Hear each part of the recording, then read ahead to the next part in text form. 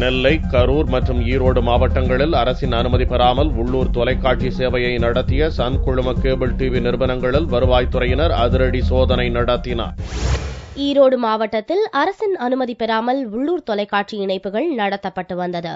இதனை அடுத்து ஈரோடு காந்தி நகரில் உள்ள சன் டிவி குழுமத்தின் SCV அலுவலகத்தில் வருவாய்த்துறையினர் அதிரடி ஆய்வு மேற்கொண்டனர். விசாரணையில் SCV நிர்வாகத்தினர் கேபிள் ஆபரேட்டர்களிடம் பணம் பெற்றுக்கொண்டு உள்ளூர் தொலைக்காட்சி இணைப்பிற்கு அனுமதி வழங்கியது தெரியவந்தது. இதனை அடுத்து அதற்கான ஆவணங்கள் குறித்தும் வருவாய்த்துறையினர் ஆய்வு செய்தனர். இதேபோல் கரூர் பேருந்து நிலையம் அருகில் உள்ள மலர் கேபிள் விஷன் அலுவலகத்திலும் வருவாய்த்துறை அதிகாரிகள் ஆய்வு நடத்தினர். இதில் உள்ளூர் தொலைக்காட்சிகளின் ஒளிபரப்பு தொடர்பான பல்வேறு முக்கிய ஆவணங்கள் சிக்கியதாக கூறப்படுகிறது.